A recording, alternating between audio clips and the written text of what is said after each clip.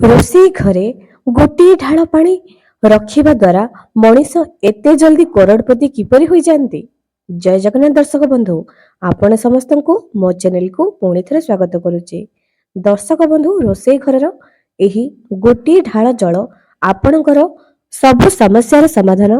ରୋଷେଇ ଘର ହେଉଛି ଯଜ୍ଞଶାଳ। ରୋଷେଇ ଘରେ ମା ଅନ୍ନପୂର୍ଣ୍ଣାଙ୍କର ବାସ ଅଛି। ଏବେ ଦର୍ଶକ ବନ୍ଧୁ, ରୋଷେଇ ଘରର ଏହି ଜଳ ଆପଣଙ୍କୁ କେତେ ଚମତ୍କାରୀ ଲାଭ ଦେବ ତାହା ଆପଣମାନେ ଭାବିଲେ ବିଶ୍ୱାସ ବି କରିପାରିବେ ନାହିଁ। ରୋଷେଇ ଘରକୁ କାହିଁକି ଏତେ ପ୍ରାଧାନ୍ୟ ଦିଆଯାଇଛି? ରୋଷେଇ ଘରେ ଆପଣ ଗୋଟିଏ ଢାଳ ଜଳ ରଖିବା ଦ୍ୱାରା ଆପଣଙ୍କର ପୂର୍ବଜମାନେ ତୃପ୍ତ ରହିଥାନ୍ତି। ଯେଉଁ ଘରେ ରୋଷେଇ ଘରେ ଜଳ ଭରି କରି ରଖାଯାଏ ନାହିଁ, ସେହି ଘରେ ଅନ୍ନ ଏବଂ ଧନର ଅଭାବ ସଦା ସର୍ବଦା ଲାଗି ରହିଥାଏ। ଯାହାର ଘରେ ପାଣି ସଦା ସର୍ବଦା ଭରି ହୋଇକରି ରହିଥାଏ, ତା ଘରେ ସଦା ସର୍ବଦା ମା ଲକ୍ଷ୍ମୀଙ୍କର ବାସ ରହିଥାଏ। ଏବେ ଦର୍ଶକ ବନ୍ଧୁ, ଆସନ୍ତୁ ଆମେ ଜାଣିବା ରୋଷେଇ ଘରର ସେହି ଗୋଟିଏ ଢାଳ ଜଳ ଆପଣଙ୍କୁ କିପରି ରାତାରାତି କରୋଡ଼ପତି କରିଦେବ। ଆପଣଙ୍କର ସବୁ ସମସ୍ୟାର ସମାଧାନ ସେହି ଗୋଟିଏ ଢାଳ ଜଳ କିପରି କରାଇବ।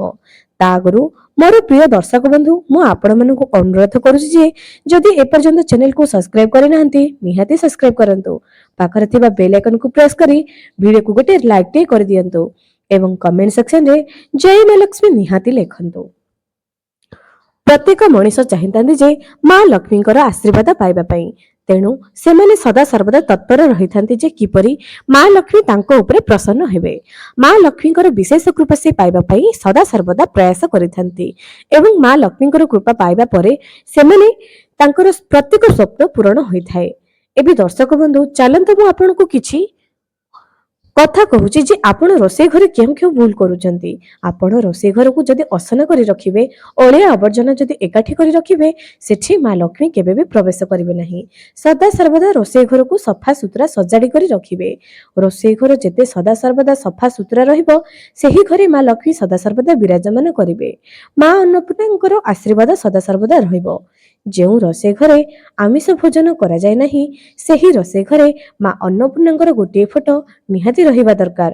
ଯେଉଁ ଫଟୋରେ ମା ଅନ୍ନପୂର୍ଣ୍ଣା ଭଗବାନ ବିଷ୍ଣୁ, ଭଗବାନ ଶଙ୍କରଙ୍କୁ ଭିକ୍ଷା ଦେଉଥିବେ, ସେହି ଫଟୋ ଆପଣ ନିଜ ରୋଷେଇ ଘରେ ନିହାତି ଲଗାନ୍ତୁ ଏବଂ ତାହା ଘରର ସୁଖ ସମୃଦ୍ଧିକୁ ଆଗକୁ ନେଇଥାଏ ବୋଲି କୁହାଯାଇଥାଏ। ଏବେ ଦର୍ଶକ ବନ୍ଧୁ, ଆପଣମାନେ କଣ ଜାଣିଛନ୍ତି ରୋଷେଇ ଘରେ ଆପଣ ଗୋଟିଏ ଲୋଟା ଜଳ କାହିଁକି ରଖିବେ ଏବଂ ରଖିବାର କାରଣ କଣ? କାହିଁକି ଏହି ଗୋଟିଏ ଲୋଟା ଜଳ ଆପଣଙ୍କର ଉନ୍ନତିର ସିଡ଼ି ଆପଣଙ୍କୁ ଧୀରେ ଧୀରେ ଧୀରେ ଧୀରେ ଚଢ଼ାଇ ଚଢ଼ାଇ ନେବ। ମାତ୍ର 40 ଦିନରେ ଆପଣ ଆପଣଙ୍କର ଭାଗ୍ୟର ପରିବର୍ତ୍ତନ ନିଜେ ନିଶ୍ଚୟ ଦେଖିବେ। ଯେଉଁମାନେ ଏହି ଉପାୟ କରିନାହାନ୍ତି, ଏହି ଭିଡ଼ିଓ ଦେଖିବା ପରେ ନିହାତି କରିବେ। ଆପଣ ଏହି ଭିଡ଼ିଓକୁ ଅନ୍ୟମାନଙ୍କ ପାଖକୁ ସେୟାର କରନ୍ତୁ। କିଏ କହିପାରିବ କାହାର କାମରେ ଆସିପାରିବ। ପ୍ରଥମ କଥା ଏହା ଅଟେ ଯେ ରୋଷେଇ ଘର ଏବଂ ଆମର ପୂଜା ଘର ସଦା ସର୍ବଦା ଗୋଟିଏ ଢାଳ ଜଳ ନିହାତି ରହିବା ଦରକାର। ଯଦି ଆମେ ପୂଜା ଘର କଥା କହିବା, ଯେତେବେଳେ ଆପଣ ରାତ୍ରି ହଉ କିମ୍ବା ସକାଳ ହଉ ପୂଜା ସରିଯାଉଛି, ଗୋଟିଏ ଢାଳ ଜଳ ପୂର୍ଣ୍ଣ କରନ୍ତୁ। ସେଥିରେ ଗୋଟିଏ ପ୍ଲେଟ୍ ରଖିକରି କିଛି ମିଶ୍ରି ତା ଉପରେ ରଖିଦିଅନ୍ତୁ। ପୁରା ରାତି ସାରା ତାହାକୁ ରଖିଦିଅନ୍ତୁ। ସକାଳେ ସେହି ଜଳକୁ ଏବଂ ସେହି ମିଶ୍ରିକୁ ଗଛରେ ପକାଇ ଦିଅନ୍ତୁ। ଦେଖିବେ ଆପଣଙ୍କ ଘରେ ସମୃଦ୍ଧି କିପରି ଧୀରେ ଧୀରେ ଧୀରେ ଧୀରେ ହୋଇକରି ଯିବ। ଆପଣ ଏହା ନୁହେଁ କି ଗୋଟିଏ ଥରରେ ହେଇଯିବ, ଧୀରେ ଧୀରେ ଆପଣଙ୍କ ଘର ସମୃଦ୍ଧି ଆଡ଼କୁ ମାଡ଼ି ଚାଲିବ। ଏବେ ଆମେ ଜାଣିବା, ଯଦି ରୋଷେଇ ଘର କଥା କହିବା, ତେବେ ଅତି ଧ୍ୟାନର ସହିତ ଆପଣମାନେ ଶୁଣନ୍ତୁ। ବିଶେଷ କରି ମହିଳାମାନେ ଯେତେବେଳେ ରାତ୍ରିରେ ଆପଣ ସବୁ ସଫା ସୁତୁରା କରୁଛନ୍ତି, ରାତ୍ରିରେ ଆପଣଙ୍କର ରୋଷେଇ ଘରକୁ ଯେତେବେଳେ ସଫା ସୁତୁରା କରୁଛନ୍ତି, ଏହି ଜିନିଷ ପ୍ରତି ଧ୍ୟାନ ରଖନ୍ତୁ ଯେ କଢ଼ାଇକୁ କେବେ ବି ଓଲଟାଇ ରଖିବେ ନାହିଁ, ତାୱାକୁ କେବେ ବି ଓଲଟାଇ ରଖିବେ ନାହିଁ। ତାୱାକୁ ଲୁଚାଇ କରି ସଦା ସର୍ବଦା ରଖାଯାଏ। ତାୱା ସଦା ସର୍ବଦା ସଫା ରଖାଯାଏ। ଗ୍ୟାସ୍ ଚୁଲା, ତାୱା, କଢ଼ାଇ ଗରମ ଥିବା ସମୟରେ କେବେ ବି ପାଣି ପକାଇବେ ନାହିଁ। ଏଥିପ୍ରତି ଆପଣ ଧ୍ୟାନ ଦେଲେ ଆପଣଙ୍କର ନିହାତି ମଙ୍ଗଳ ହେବ। ଏବେ ଦର୍ଶକ ବନ୍ଧୁ, ଆପଣମାନେ ଆଉ ଗୋଟିଏ କଥା ଶୁଣନ୍ତୁ। ରୋଷେଇ ଘରେ ଗୋଟିଏ ଲୋଟା ଜଳ ଆପଣ କିପରି ରଖିବେ। ପ୍ରଥମ କଥା, ତମ୍ବା ହଉ କିମ୍ବା ପିତ୍ତଳର ହଉ ଗୋଟିଏ ଢାଳ ନେଇଯିବେ। ରାତ୍ରିରେ ଯେତେବେଳେ ସବୁ କାମ ସରିଯିବ, ଆପଣ ସେହି ଢାଳକୁ ଜଳରେ ପୂର୍ଣ୍ଣ କରି ନିଜର ରୋଷେଇ ଘରେ ରଖିଦେବେ। ସଫା ସୁତୁରା ହୋଇଥିବା ଦରକାର ଏବଂ ତାହାର ମୁହଁକୁ ଢାଙ୍କି ଦେବେ, ଅର୍ଥାତ୍ ଗୋଟିଏ ପ୍ଲେଟ୍ ଢାଙ୍କି ଦେବେ। ଏମିତି ପୁରା ରାତି ସାରା ଆପଣ ରଖିବେ। ଯେତେବେଳେ ସକାଳୁ ଉଠିବେ, ସେହି ଜଳକୁ ଆପଣମାନେ କଣ କରିବେ, ନେଇକରି ନିଜ ଘରର ମୁଖ୍ୟ ଦ୍ୱାର, ସକାଳୁ ଉଠିବେ ଯେମିତି ରୋଷେଇ ଘରକୁ ଯିବେ, ସେହି ଢାଳକୁ ନେଇକରି ଆସିବେ निज घर मुख्य द्वार खोलिबे खोलिकरी ସେହି ଜଳକୁ କିଛି ହଳଦୀ ପକାଇ କରି ଓମ୍ ନମଃ ଭଗବତେ ବାସୁଦେବାୟ ମନ୍ତ୍ର ଜପ କରି ନିଜ ମୁଖ୍ୟ ଦ୍ୱାରରେ ଛିଞ୍ଚି ଦେବେ। ଏମିତି ଆପଣ ରେଗୁଲାର କରିବେ, କେବେ ବି ହାତ ଛଡ଼ା କରିବେ ନାହିଁ। ଏବଂ ଯଦି ବ୍ରହ୍ମ ମୁହୂର୍ତ୍ତରେ ସକାଳ 6ଟା ପୂର୍ବରୁ ଯଦି ଆପଣ ଏହି କାମ କରିବେ ତେବେ ଆପଣଙ୍କୁ ବିଶେଷ ଲାଭ ହେବ। ଆପଣମାନେ ଏହି ଉପାୟ ଥରୁଟିଏ କରିକି ଦେଖନ୍ତୁ। ଯଦି ଆପଣଙ୍କ ଘରର ସୁଖ ସମୃଦ୍ଧି ବୈଭବ ପୁଣି ଥରେ ନ ଆସୁଛି ତେବେ ଆପଣମାନେ କହିବେ। ଏବେ ଦର୍ଶକ ବନ୍ଧୁ, ଆପଣମାନେ ଏହି ଉପାୟ ନିହାତି କରନ୍ତୁ, କାରଣ ଏହି ଉପାୟ ଆପଣଙ୍କର ଜୀବନରେ ବହୁତ ବଡ଼ ପରିବର୍ତ୍ତନ ଆଣିଦେବ।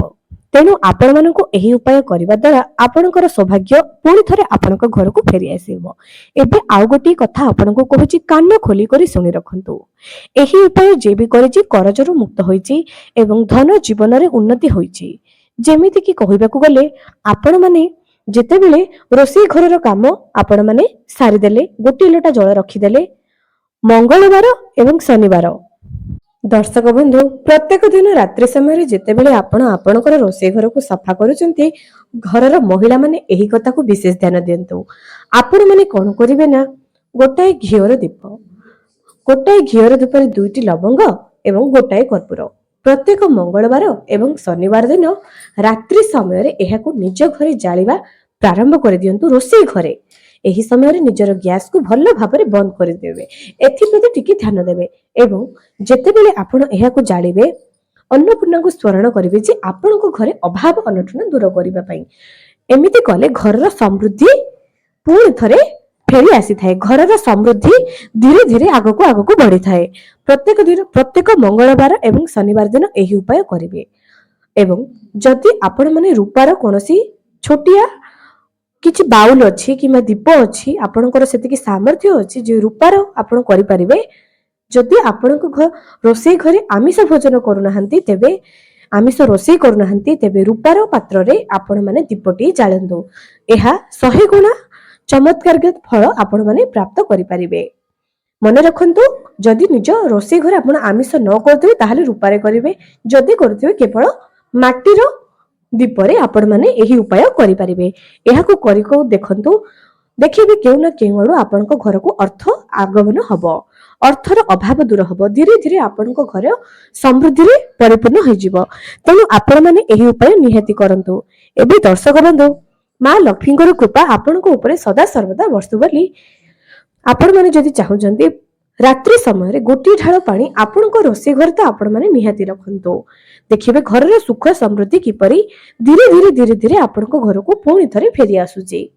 ଏବଂ ରୋଷେଇ ଘର ସଫା ରଖିବା ପାଇଁ ଜମା ବି ଭୁଲିବେ ନାହିଁ। କେବେ ବି ନିଜର ଭାତ ହାଣ୍ଡିକୁ ଖାଲି ରଖିବେ ନାହିଁ। ସେ ରୁଟିର ହଟକେସ୍ ହଉ କିମ୍ବା ଭାତର ହାଣ୍ଡି ହଉ, ଖାଲି ରଖିବେ ନାହିଁ। କିଛି ନା କିଛି ଭାତ ସେଥିରେ ସବୁବେଳେ ପୁରାଇକି ରଖିବେ। ଯଦି ଖାଦ୍ୟ ବଳି ଯାଉଛି, ଆପଣଙ୍କୁ ଲାଗୁଛି ଯେ ଆପଣଙ୍କ ଘରର ସଦସ୍ୟ କେହି ଖାଇବେ ନାହିଁ, ତାହାକୁ ଡଷ୍ଟବିନରେ ନ ଫିଙ୍ଗି ତାହାକୁ ଆପଣମାନେ କୌଣସି ପଶୁ ପକ୍ଷୀଙ୍କୁ ଖାଇବାକୁ ଦିଅନ୍ତୁ। ଆପଣ ଯଦି କାହାର ଖାଇବା କଥା ଚିନ୍ତା କରିବେ, ଆପଣଙ୍କର ବି ଈଶ୍ୱର ନିଶ୍ଚୟ ପେଟ କଥା, ଆପଣଙ୍କର ଘରର ଭାତ ହାଣ୍ଡି କଥା, ଘରର ଉନ୍ନତି କଥା ନିହାତି ଚିନ୍ତା କରିବେ। ଆଜି ପାଇଁ ରହୁଛି, ପୁଣି ଦେଖାହେବ ଆଗାମୀ ଏକ ସୁନ୍ଦର ଭିଡିଓରେ।